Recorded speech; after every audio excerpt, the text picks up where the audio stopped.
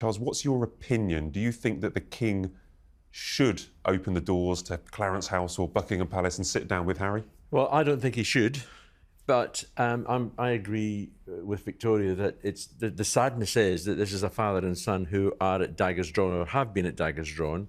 I can't see any way forward for either of them because of, well, there's a number of issues. There's the trust issue. I mean, are you going to have Harry in a room and talk to him about a variety of things, and then watch the news bulletins from America where it's all been revealed? Now, the big problem is that Harry is flying 5,500 miles to get to London. The King is still 500 miles away in Scotland, in Balmoral. Now, I know that he's doing various things and coming down and then flying back, but he's going to be in Balmoral till the end of the summit. Now, it's unlikely you would expect the King to fly down again just to sit and have a cup of tea with Harry. It is possible that Harry could go up to Balmoral. I mean, we just don't know. And obviously in this game, you should never say never about anything, because we never know what's going to happen. But, you know, at the end of the day, there's a number of other factors as well. You've got the William factor. And from everything that everybody tells us, William's not interested in any reconciliation. You've got the Meghan factor. I'm still of the belief, and I haven't changed my opinion on it, that this woman will never set foot back in this country again. Now, Meghan Markle will never set foot in the UK again. A definitive sentence. A funeral dirge for a relationship, written not by a historian, but by Charles Rae in The Sun. It's not reporting, it's not analysis, it's a prescription, it's what they want to be true. Because a healed relationship, a united family, a triumphant return that doesn't sell newspapers. Bitterness, division, and a woman cast as a perpetual villain, now that moves units. Well, today we're not just calling out the lie, we're flipping the entire script. The question isn't if Meghan Markle will return. The real question, the one The Sun is terrified to ask, is what will it take for Britain to deserve her? Let's start with the source, Charles Rae, The Sun. An institution with a history so stained, so morally bankrupt, that to use them as a credible source on matters of integrity and family is like asking an arsonist for fire safety tips. This is the paper that vilified the Liverpool fans at Hillsborough for decades. Their moral compass isn't just broken, it was never installed. So when this outlet declares a relationship destroyed, we must ask, who was holding the matches? Was it a woman who simply wanted to build a life of purpose with her husband? Or was it a relentless, often racist media machine that hounded her to the point of contemplating suicide, all while she was pregnant with a British heir? They created the crisis, and now they're writing the obituary. The audacity is breathtaking. Harry and Meghan's departure is about more than two individuals. It's about the British press and the monarchy's complex relationship. Meghan entered a world with unwritten rules and unseen dangers. The press saw her as a compelling character, while the palace struggled with the media's aggressive nature. The scrutiny, often tinged with racial undertones, took a heavy toll.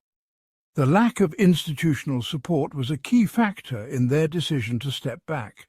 It wasn't a rejection of the Queen or country, but a desperate act of self-preservation. The conflict was a systemic failure of both the press and the monarchy. The pain was the inevitable outcome of a broken system. Harry and Meghan's decision to step back from royal duties was rooted in a deep desire for security, accountability, and above all, respect. Their move was not just about leaving behind royal titles, but about taking control of their own lives and ensuring their families' well-being in a world that often scrutinizes their every move. Their need for protection was paramount, given their high-profile status and the constant attention from both the public and the media. The threats they faced were real, and their safety could not be taken for granted.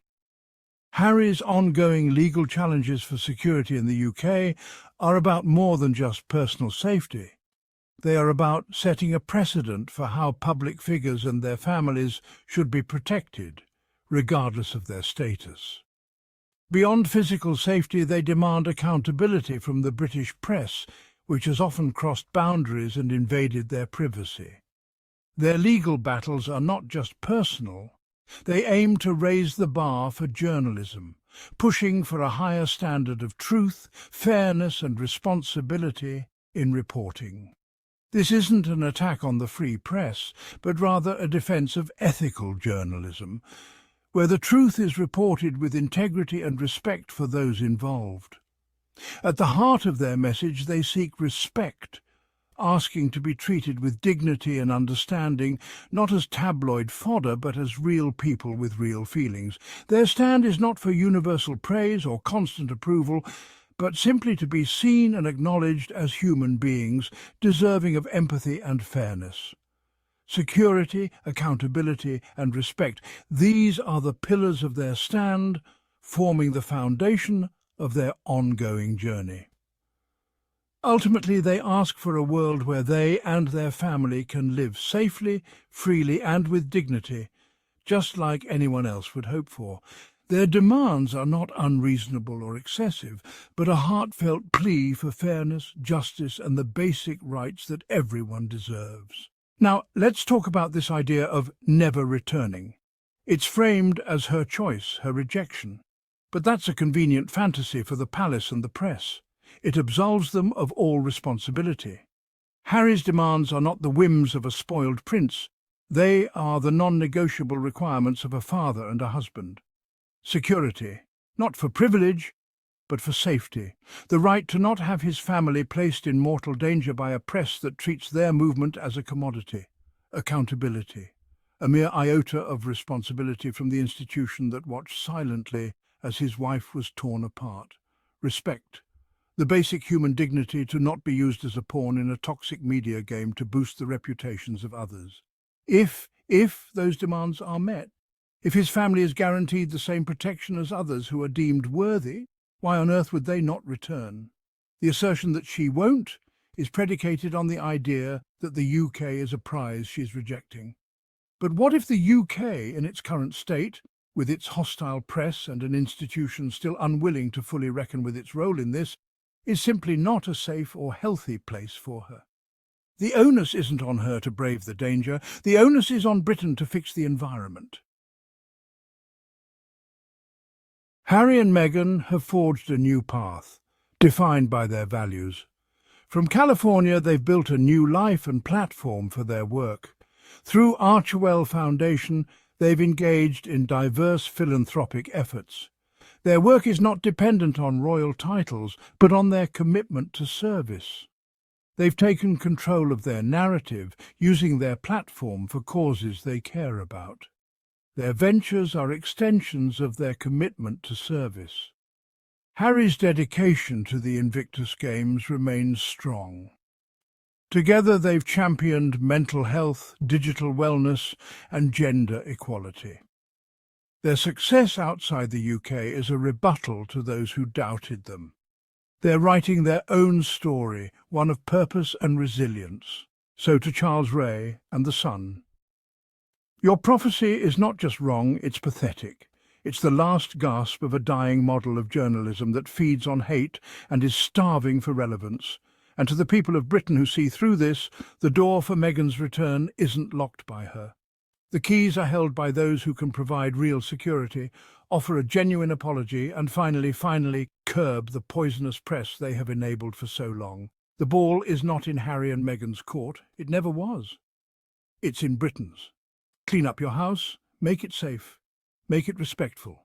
Make it a place worthy of a globally admired Duchess who, against all odds, still probably has more love for the ideals of Britain than the institutions that failed her.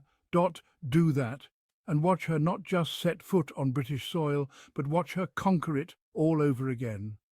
The narrative isn't destroyed, it's waiting to be rewritten, and she holds the pen.